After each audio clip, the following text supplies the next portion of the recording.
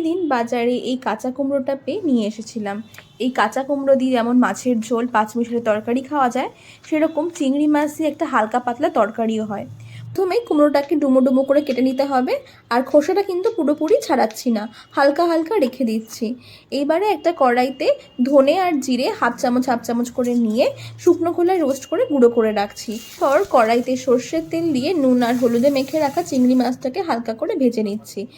তারপর কড়াইতে সর্ষের তেল দিয়ে তাতে জিরে আর তেজপাতা ফোড়নে দিয়ে কেটে রাখা কুমড়োগুলোকে দিয়ে হালকা নেড়ে চেড়ে পরিমাণ মতো নুন আর একটু হলুদ গুঁড়ো দিয়ে ভালো করে ভেজে নিচ্ছি। সেই সময় দিয়ে দিচ্ছি আদা আর কাঁচা লঙ্কা বাটা। তারপরে খুব ভালো করে ভাজতে হবে। কিছুক্ষণ আমি এবার ঢাকা দিয়ে রাখবো যতক্ষণ না কুমড়োটা সেদ্ধ হয়ে যায়। যখন দেখবেন কুমড়ো থেকে জল বেরিয়ে কুমড়োটা সেদ্ধ হয়ে গেছে, সেই সময় ভেজে রাখা ধনে আর জিরে গুঁড়োটা, ভেজে রাখা চিংড়ি মাছ, চেরা কাঁচা লঙ্কা আর একটু মিষ্টি দিয়ে ভালো করে নেড়ে চেড়ে রান্না করে নিলেই তৈরি কাঁচা কুমড়োর তরকারি।